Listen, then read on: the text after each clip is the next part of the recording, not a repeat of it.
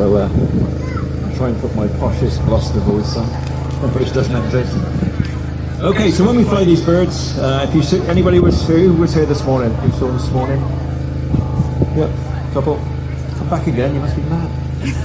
Right, so what we're going to try and do, we're going to try something for the children like we did this morning. Then I'm going to try and show you a training session, how we would train a bird, and then we're going to get some of you in to fly that bird, and then I'm going to finish off with a falcon who'll go whizzing around the place. Now I'm not going to keep any of the birds flying too long today, it's very warm for them. We've got sprays, and so we'll be spraying them down. And unfortunately, normally I would have brought 2 kestrels with me, but they were needed elsewhere, so Miz did some flying this morning, so hopefully she'll do a little bit more this afternoon, but might be a bit slow. We'll see how she gets on, and she might decide she doesn't want to do it, and if she doesn't want to do it, that's up to her. That's absolutely fine. Right, so if you do come out, the only thing we'll ask you to do is not to try and touch the birds, okay? They're not pets. Miz here, although she's very small and very sweet, she has incredibly powerful feet, and she has a bite on her as well. So if you do come out to fly her, make sure that you don't try and stroke them, okay? It doesn't do them any good either. They've got oil on their feathers, we've got oil on our skin. Our oil removes their oil, so you're not doing them any good ultimately. And more importantly, from your point of view, it probably won't do you any good either, so jolly good. Right, so who wants to come and fly our kestrel with us? Children? Children. You can wait for them. You can wait for the dangerous Harrison. Right, if you two want to come and grab a glove. Right, hang on a second.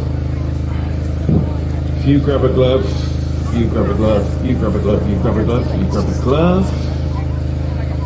On your left hand, so don't move when you pick up a glove. I've put them in a circle just to make life easy. Yeah, go and grab a glove there, that's fine. Stay where you are there. There with the circle. Glove, glove, glove. On your left hand, yeah. Those would have to burn you at the stake. That's a witch reference back in medieval times. We're not allowed to do it anymore, apparently it's frowned upon. There's a few leftists on to the burn a while ago, but we're not allowed to. I was saying we've got 2 birds at home. We've got an owl, and one of our Harris hawks won't fly to you if you've got a right-handed glove on, because you're a wrong hand basically. Okay, if you want to come in. 1 glove there, and who else was down here? Yeah, if you want to come in over there then. Okay, we will do another row again. I'll do another line of 10, okay, so I'll work up this way. Alright, so I'll try and get you all done. But as I say, it's very hot for the birds today. Right, so left hand out, right arms behind your back. Okay, just make a fist, put your thing out that way. Okay, so just arm that way. There we go, nice and high. Alright, you all ready? If any of the parents want to come in and stand by them and get a photo, you can. If you're just ready to be happy to be shot of them for a minute. We've all been there. Okay, so we got Miz is a female kestrel. So this is one of the 4 falcons we have in the UK. The other 3 being the peregrine falcon, which is the fastest creature on the planet. The merlin, which is a bird that hunts things like larks, very good little birds, merlins. And the hobby, which is a migratory falcon from Africa, one of the only few falcons that can actually hunt dragonflies. They're incredibly agile, the hobby. And then we have the kestrel. Now the kestrel hunts mostly mice, voles and shrews. That's its main source of food. They will take the odd small bird as well. But what you may not know about the kestrels, and you'll all probably have seen kestrels hovering by the side of the road looking for their food. Sadly, not as many now as you used to. They're on the amber list now, so their numbers are in decline. But if you see them hovering, what they're looking for is the signs of mice. And the signs of mice basically means the urine trails. So mice, they go to toilet fairly regularly. When you're ready, miss, fill it in for you here. Should have already done this to about 40 kids this morning. I should be having a rest. Did you change the batteries in it or not? Just walk her forward a little bit that way. Just walk forward a little bit. Just get her back into gear. When you're ready, miss. Oh, good effort. Well done. Yeah, so mice regularly go to the toilet. They leave urine trails down in the grass. Their urine shows up in ultraviolet light, and Miz can see in the ultraviolet spectrum. So these guys can see the trails that mice leave when they're running through the grass. So they might sit on top of a tall tree like this, look across a field, and that tells them where they need to hover. Okay, hovering's an expensive flight, so knowing where to start is a really, really good help.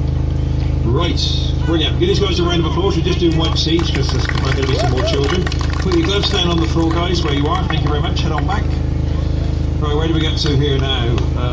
1, 2, 3, 4, 5, 6, 7, 8, 9, 10. Okay, you guys onto one more go for you after, okay? So I'm not going to push these guys too hard today. She's done a lot of work earlier on, and you can see she's already pretty slow. None of these birds will ever fly for the fun of flying. Okay, so they never wake up and think, great, what a lovely day, I'm going to go and waste some energy. Everything is... Sorry? You don't have a glove? That's going to be really painful, I reckon. You can... There's one there, look. You're lucky. You can have my glove. It's a bit sweaty, but it's alright. I'll do some welding after with that. Other hand. Other hand, that's it. You alright? Glove's probably heavier than the bird. That's alright. Seen some action, that glove. Alright. So yeah, none of these guys are going to fly for fun. So Miz, when she's eating, she'll get to a certain point and she'll think, you know what, I've had enough food, I'm okay. And then she'll just sit and watch the world go by. Ow, ow, ow. So we'll see if we can get it all the way round. Now if you read any old history books, you read of a bird called the wind hover. It is the kestrel they're talking about, but the kestrel does not need the wind to hover. This is the only bird of prey that I'm aware of that can actually truly hover, so they can hold themselves completely still and fly indoors. But as I say, that's a massively expensive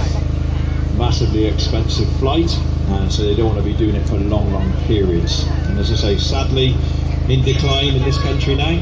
Part of that has to do with farming practices over the last few decades, pesticides, more bigger birds of prey in the area, so there's lots of factors that will affect the kestrels.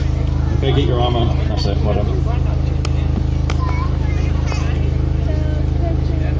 Well done. Oh, she got stuck on the glove. That's alright, no, that's not your fault though. I'll take that one off you now. Okay, got it? Oh. There we go. Now she's 11 years old. In captivity we'd hope she'll do 18. I'm aware of one that made to 22 years old, but that's a bit of an exception with this bird. In the wild you're probably talking 4, 5, 6 maybe, so they're not going to get massive ages. And obviously everything in the wild is much harder. These are all captive bred birds, so if they don't fly, they still get fed. If the weather's bad, they still get fed. If they get poorly, they've got a specialist vet looking after them, so that everything with these guys is much easier, and so we would expect them to live a lot longer. Now all these birds that we fly here are all captive bred birds. Now this bird would stand no chance of survival in the wild. Yeah, people come up to us sometimes and say, why don't you release the kestrel back into the wild where it should be? Well, one, it's never been in the wild in its life. 2, it's been hand reared, so it thinks it's a little person anyway. And 3, it would probably be dead within a week because it wouldn't know how to hunt properly and it would get chased around by all sorts of other birds. So you can't just get a captive bird and just chuck them back into the wild. A bit like me saying to you, you've got a dog, basically a wolf, just let them go to fend for themselves. They can't do it, and these guys can't either. And throughout the world, captive bred birds are used a lot for teaching people about birds in the wild. So a lot of the vultures in India were saved because of the ones that are kept in captivity. Breeding programs learning about how sort of diclofenac affected them, and we lost loads of vultures. So very useful, and lots of things are learned by having these guys. You see she's got her mouth open every now and then, so she's getting warm. They pant like a dog. Give these guys a round of applause. Put your gloves down. I'm just going to do these last few up here. If you want to come down, then you guys a fur and a bit of sinew. And then we've got him going and he's walking around and everything. Great. Okay, everything's good. So we've got him weighed. And let's say, for example, we weighed him and he weighed 1.7 pounds. Now this bird here is called Grummy, and Grummy is roughly the same age as Lola. So Grummy is 23 years old, and I can say hand on heart, this is the best looking bloke I've ever seen her with. Okay, probably the smartest as well actually, but that's another she's from Bristol, so I ain't got a lot of choice anyway. Anyway, so what our first step is going to be is we've got him on a training line, and what we would do is we're going to pop him on a T-perch, and all we're going to ask him to do is do a tiny jump to the glove. Okay, so if I hang on to that, Grummy is very, very much a girl's bird. He was raised originally by a young lady, a friend of ours. He is a grumpy old man, this one. He's the typical grump man. 23 years is good age. And so what we want him to do initially is to just jump to the glove. Okay, just like that. Now, what our aim is to have this bird flying across the width of this field instantly when we call him. Now, if we say he was £1.7 and he's coming as soon as we call him every single time, then I'm going to drop the weight up a little bit. So I'll maybe add the weight of a 2p piece on him, so now he's £1.7 1/4. Okay? He's still coming instantly to me, so I think, great, I'm going to put the weight up again. So now he's 1.7 1/2 and he's still coming instantly to me, so that's good. And you'll keep doing this until you'll get to a point where instead of coming instantly, he sits there looking around the place thinking, well, I might come and see you in a minute, but I'm not that bothered at the moment because I'm not that hungry anymore. And then we will just tweak it down a little bit. So our aim with every bird we fly is to fly them at the highest possible weight we can, whilst they are still focused on us. So they must never be starving, that's cruelty. They must never be really hungry, they don't need to be. They just need to be ready to have dinner. But on the flip side, if we put him on the scales and he's a little bit over his flying weight, he's going to sit there and look at me and say, no thanks, see me later. Alright? So that's how they work. Now, Grummy is a bird that we've had given to us. Sadly, in 2025, we lost our top Harrishook. He was only 12 years old, he died of cancer. And he would fly to someone on horseback. He used to do all the shows, he worked with dogs, he did everything for us basically, so it's left a massive hole. We have a new one back at home, but we haven't got him today. And the girl who was packing in who had Grummy basically said to us, do you want him? He was originally sent to Scotland, but they sent him back because they couldn't get on with him. They thought he was a right old grumpy old man, which he is. And so we said we'd have him. Now, I'll be 100% honest with you, I do not completely 100% trust this bird. He flies beautifully, so I've got him on a line and I'm going to fly him to you guys if you want to have a go with him. There's only 3 things you've got to do if you come out and fly this bird. The first one, do not stare at him. Okay? Second one, do not move. Third one, don't breathe. Apart from that, we should be good. Alright? So he flew beautifully yesterday, so as I say, he's never done anything wrong, but he's got that about him. You can see occasionally when he lands, he's a bit, I'm not sure. So, you have been warned. Adults who would like to fly in? Yeah, so if you come out here, then you come out. Just say goodbye to your partner, just in case it doesn't go as well as we expected. Yeah, if you want to come out. Yeah, you want to come out? Yeah, come on. Yeah, come on. Grab yourself a glove. Oh yeah, so I'm taking a couple of gloves away. So hang on a second, guys, hang on 1 second. I'll see if I can do a couple of goes in. There's one there, yeah, and there's one there. Right, everybody got gloves. Right, what I want you to do is spread out a little bit. So move back. Put that down on your feet. Is it all right there? Yeah. Okay, do not attempt to touch him. Okay, stroke him, kiss him, do anything. It would be on your head, literally. And we'll try and give him a go. Now, even if I held him and let him go, he would still be cross and upset, so he'd probably try and fly away. So Lola has to do everything with him. He's very much a girly bird.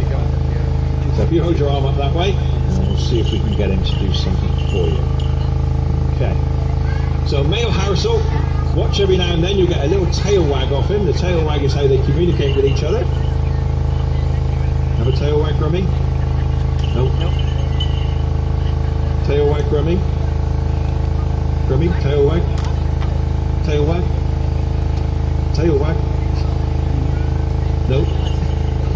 So you can look, you don't have to look completely away from him, he's fine. So they basically hunt in packs in the wild. These 8 or 10 will be in a team, and there's a tail wag there. Females are always in charge, and the reason the female's in charge is very simple. They're bigger than us. Okay, so the female Harrishook is bigger than the male. He flies at around about £1.8. This one, our female's about 1.15, but they can go up to about 2.2, 2.3. So a much bigger bird, and it's not just a bird chasing rabbits. It's a planned, organised attack. They will actually get themselves in place. Brilliant. Pick him up. Give these guys a round of applause. Put your gloves on the floor. Let's have another 8 in. What about your 4 kids? Yeah, you're not adults. If he kills you, your mum's going to be really cross. Come in here. Yeah, grab a dove, grab a dove. Go on, you can come in, I suppose, yeah. Be on your own pace. Hang on a sec. Any other proper adults? Yeah, go on. Teach, give me your phone. I haven't got it, it's Craig's got it. How many we got in? Right, so you're oh, you haven't got a glove. This is going to hurt a little bit, but it'll be okay. It'll be okay. Not got a glove either. Right, if you back off, you can come in next time. Okay. You can have mine, it's very sweaty. Got a hole. There's no glove, I've got to wait for next time. It's only quite a bloody. Right, are you all ready? So we go again with this one. So pop your arm out, make a fist. Put your hand, yeah, that's it, make a fist. Fist, that's it. Oh, sorry, Graham, that's my fault. That's my fault, he's tying me up, look. See, this is the old technique used by Harris Oaks to tie up their prey. That was my fault, Graham, I wasn't paying attention. Alright, here we go. Oh, we didn't give him any food then, he's going to hold that against you. Make a fist, that's it. And these birds are used all over the world. They are without a doubt one of the most popular birds of prey. They only came over to the UK in around about the 1960s, and they would have set you back a lot of money then. Now you can pick them up fairly, well, they go process going back up. You used to be able to pick them up because tons of people started breeding them. They are an American species, but if you watch any old films, Victorian, medieval, whatever you're watching, if they've got birds of prey in it, it is normally the Harris Hawk they would use, even though they didn't come over till the 1960s. And that's because the bird they would have had would have been, just give you a little look there, do you see that? The bird they would have had would have been the goshawk, and goshawks are much, much harder to work with than these guys, very nervous, sort of high energy birds, great hunters, tremendous flyers, but not quite so biddable as the Harris Hawk to do stuff. So this is the bird they use in filming. I was actually nearly famous. I did an advert for Tesco's with my Harris Hawk, and it was back when they just brought in online shopping, and the idea behind this advert was that a lady was sat at home on her computer ordering her food, and in her head she was imagining Conan the Barbarian was going around the shop collecting all her dinner, all her meals. And I had to be in there with a Harris Hawk, and the Harris Hawk was on this, we had this massive horse, we had this dirty great bloke, all this smoke, and my Harris Hawk was sat on his arm, and the Harris Hawk flew off as if it was going to do something else. And they did run through all this advert, and then about a week after we filmed it, Tesco's, do you remember they had a horse meat scandal? Do you remember that? Yep. This advert had a dirty great horse in the doorway, and so they could never air it, which is, so that was my claim to fame, Bob. Right, brilliant. Who else wants to have a go now? Just, okay, thank you. Yeah, come on in then. Hello, if you do us a favour, can you grab me some food for her? It's fucking dinner. She won't be happy if I don't give her a dinner, that's for sure. So we fly a falcon to what we call a swung lure. And this is the lure, and this is a swinging. And on this pad we've got a little bit of food, a little bit of a quail egg, and she flies past me and tries to catch it. If she gets it at all, so if I make a mistake and she was to hit it on the very first go, she would have it, it would be hers, okay? And then I just have to apologise to you that we can't fly her again. But ultimately what I'm going to do is keep flying her a little bit, let her go past a few times. I'm not going to keep her going because it is very hot, too long. And ultimately, if I was to push her too hard, what's going to happen is she's going to go and sit in a tree and have a bit of a sulk. Now if she has a sulk, the only way I can get her out of a tree is to give her the lure. So then she thinks, hang on a minute, I'm missing a trick here. If I sit in a tree, that old bloke gives me my dinner straight away, so why don't I just take off immediately and sit in a tree?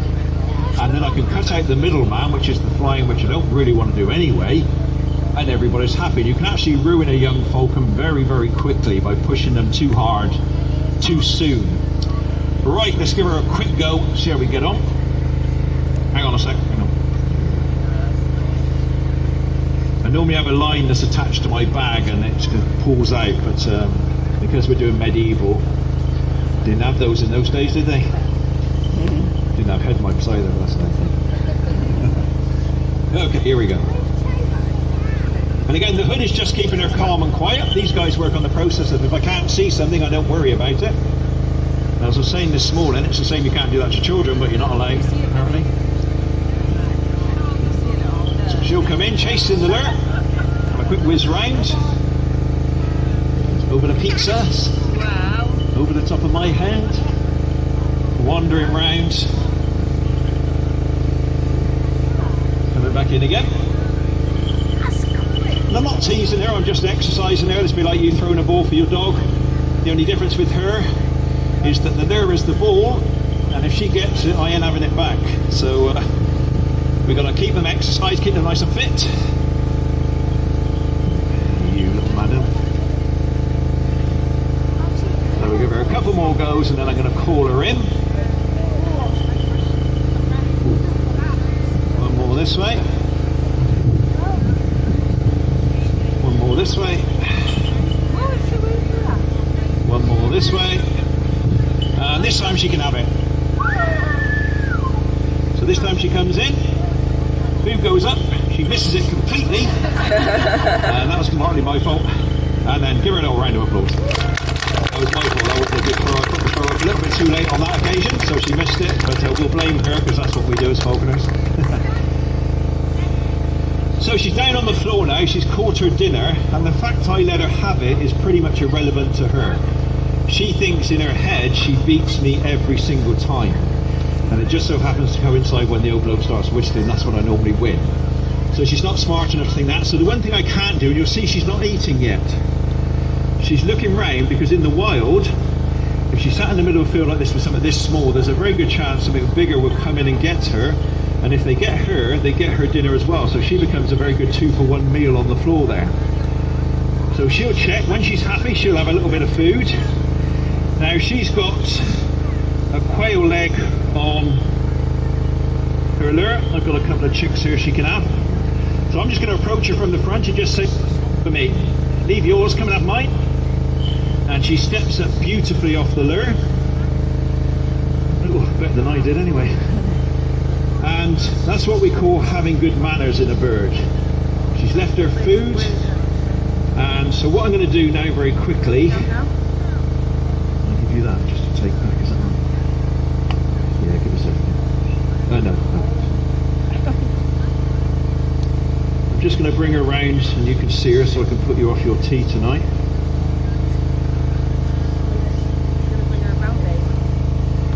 Now when she eats everything. She won't not eat anything. She's got a couple of chickens today. Bit of KFC. The only thing different than this in KFC, you know this is chicken. Anyway. So I'll bring her along, you can have a look at her. Now when we put equipment back on a bird, we never put our hands through the middle. If I cover her food and she bites the back of my hand, I'm going to lose the chunk of the back of my hand she bites instantly. She's got an incredibly powerful bite. So whenever we put equipment on, we always put this leg on from the back and then pull it over the top. Very sweaty hands. And bring it around here, and this leg always goes on from the side. And then we pull it down through there, and that way I've never ever covered her food, because if you do cover their food then they can get a little bit cross with you. Now she'll eat everything, not everything will be used. So on a day-old chick, the part she can't digest is the yellow fluff. Okay? And these chicks aren't killed for us, they're a byproduct of the egg laying industry, so whether we have them or not, they do not survive, they're males. And she will stick all the food at the moment into her crop, which is a pouch underneath her chin. And then what will happen later on, she'll push it down into her stomach, she'll take all the goodness out of it. And then when she's dissolved and got rid of all that and used it all up, the bits that remain will be the yellow fluff on the chick. Okay? And what will happen with that is she'll pack it up into a little capsule down in her stomach, and tomorrow it will look like she's going to be sick and she will regurgitate up a pellet. People seem to know owls do it, all birds of prey do this, even birds that aren't birds of prey, some of the thrush family do this as well. And so she's going to get that down there. Everything goes in, she won't miss anything out. If you've ever wondered at Christmas, you know you go to the shop and you get a bird inside a bird roast, that's how they do it. Right, I'm going to leave it there. Thanks for watching, thanks for taking part. I hope you enjoyed it. Have a lovely weekend, and I hope we'll see you next year. Alright, thanks very much. Take care.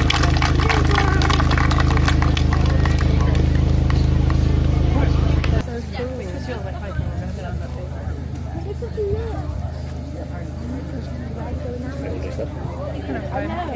How many more people want to have a go at this? Just you? Yeah. Did you want to have a go as well, sir? Just both of you? It's just my pleasure. That's just those two, yeah? Is that it?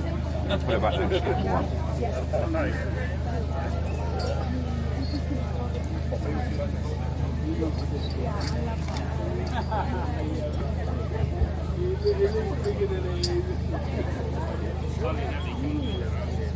Okay, some good ones?